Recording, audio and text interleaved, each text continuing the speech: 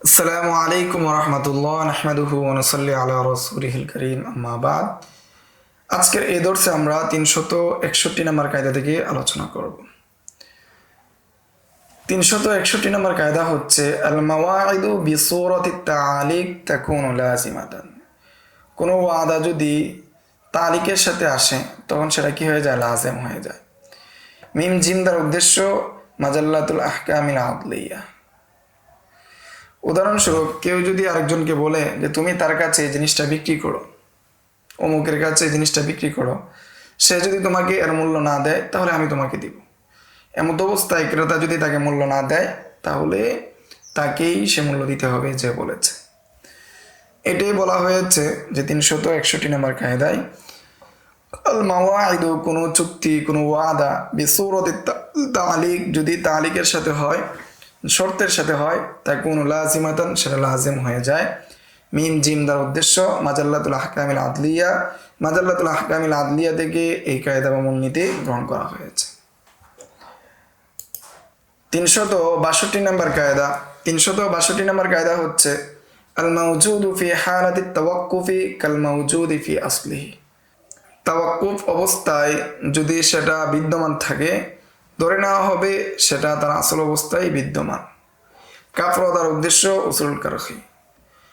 কোনো ফজলি ব্যক্তি যদি কারো ঘোড়া বিক্রয় করে ফেলে, এমন অবস্থায় সেই ঘোড়ার ঘুড়ি থেকে যদি বাচ্চা হয় তাহলে সেই ঘুড়িরও কি হয়ে যাবে? মালিক হবে, যদি ফজলি ব্যক্তিকে মূল মালিক অনুমতি দিয়ে দেয়। অনুরূপভাবে ফজলি ব্যক্তি যদি কারো গাছ বিক্রি করে ফেলে আর তাওয়াক্কুফ অবস্থায় যদি সেই গাছের মধ্যে ফল চলে আসে, এখন যদি এজাজত দিয়ে দেয়, অনুমতি দিয়ে দেয়, তাহলে অনুমতির কারণে ক্রেতা সেই গাছের ফল সহ মালিক হবে। এটাই 362 নম্বর কায়দা আল মাওজুদু ফি হালাতি তাওয়াক্কুফি কাল মাওজুদি ফি আসলিহি। যে তাওয়াক্কুফ অবস্থার হুকুম হলো, তাওয়াক্কুফ অবস্থার যদি মওজুদ থাকে, তাওয়াক্কুফ অবস্থায় যদি সেটা বিদ্যমান থাকে, তাহলে সেটা ধরে নেওয়া হবে যে মূল বিক্রির সময় সেটা বিদ্যমান ছিল। কাফর দ্বারা উদ্দেশ্য উসুলুল কারখি। উসুলুল কারখি থেকে এই কায়দা বা মূলনীতি গ্রহণ করা হয়েছে। 363 নম্বর কায়দা আল মাওকুফু আলাইহি আল আকদু ইযা আজাযাহু নাফাযা ওয়ালা রুজুআ লাহু। যেই চুক্তি মওকুফ রয়েছে, যদি সেটার অনুমতি দিয়ে দেয় তাহলে সেটা থেকে রুজু করার সুযোগ নেই। শিন নুন দ্বারা উদ্দেশ্য আল আশবাহ ওয়ান নাযায়ের। আল আশবাহ ওয়ান নাযায়ের থেকে এই কায়দা বা মূলনীতি গ্রহণ করা হয়েছে।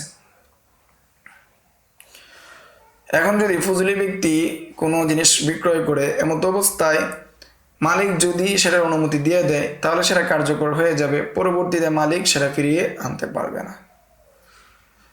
অনুরূপভাবে যদি ফজলি ব্যক্তি কাউকে বিবাহ করায়, এরপরে যদি বিবাহের অনুমতি হয়ে যায় তাহলে সেই বিবাহ কার্যকর হয়ে যাবে, সেটা ফিরিয়ে আনা সম্ভব হবে না, ফিরিয়ে আনা বিশুদ্ধ হবে না। তাহলে 363 নম্বর কায়দা হচ্ছে আল মাওকুফ আলাই আল আকদু ইযা আজাযাহু নাফাযা ওয়ালা রুজুআ লাহু। 364 নম্বর কায়দা হচ্ছে আল মুআক্কিলু ইযা কায়্যাদা আলা ওয়াকিলিহি ফাইন কানা মুফিদান ইয়াতাবারা মুতলাকান ওয়া ইল্লা লা। শিন্নুন দ্বারা উদ্দেশ্য আল আশবাহ ওয়ান নাযায়ের।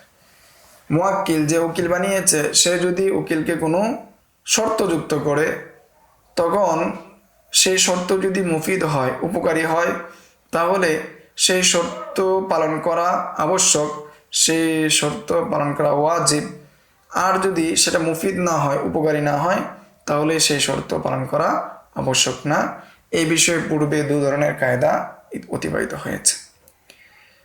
365 নম্বর কায়দা হচ্ছে আল মাইয়িতু লা ইয়ামলিকু বাদাল মাউতি।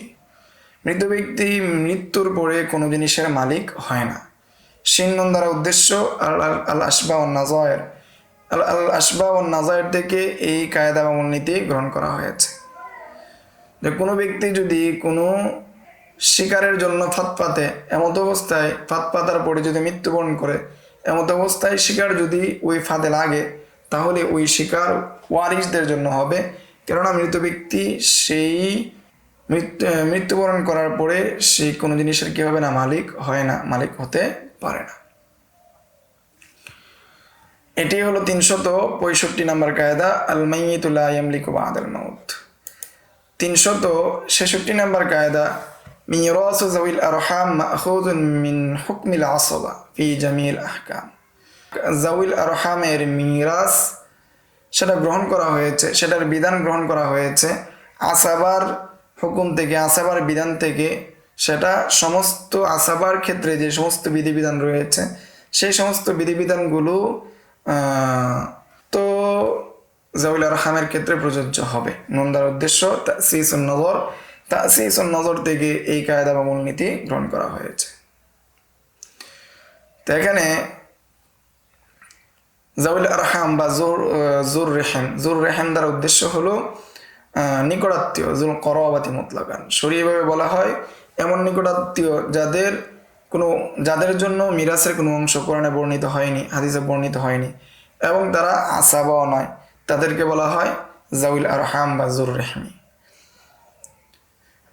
ফলে তাদেরকে যে মিরাজ দেওয়া হবে এই বিষয়ে ওমর রাদিয়াল্লাহু তাআলা, আলী ইবনে মাসউদ, আবু উবাইদা এবং মুআয ইবনে জাবাল এবং আবু দারদা সহ ইবনে আব্বাস সহ এই সমস্ত সাহাবায়ে কেরামদের থেকে বা অধিকাংশ সাহাবায়ে কেরামদের থেকে এই মত বর্ণিত হয়েছে যে তারা মনে করেন যে যাওয়িল আরহামরা কি হবে, উত্তরাধিকারী হবে। এবং এই বিষয়ে ফুকায়ে আহনাফ গণকমত তারাও বলেন কি যাওয়িল আরহামরা কি হবে, উত্তরাধিকারী হবে। তাহলে আমরা 366 নম্বর কায়দায় আমরা পাচ্ছি যে মিরাস যাওয়িল আরহাম মা'খুযুন মিন হুকমিল আসবা ফি জামিল আহকাম, নুন দ্বারা উদ্দেশ্য তাসিসুন নজর। এই হলো 366 নম্বর পর্যন্ত কায়দা। সামনের দর্সে আমরা 367 থেকে আলোচনা করব বা 367 নম্বর কায়দা থেকে আলোচনা করব ইনশাআল্লাহ। আসসালামু আলাইকুম ওয়া রাহমাতুল্লাহ। يؤتي الحكمة من يشاء ومن يؤت الحكمة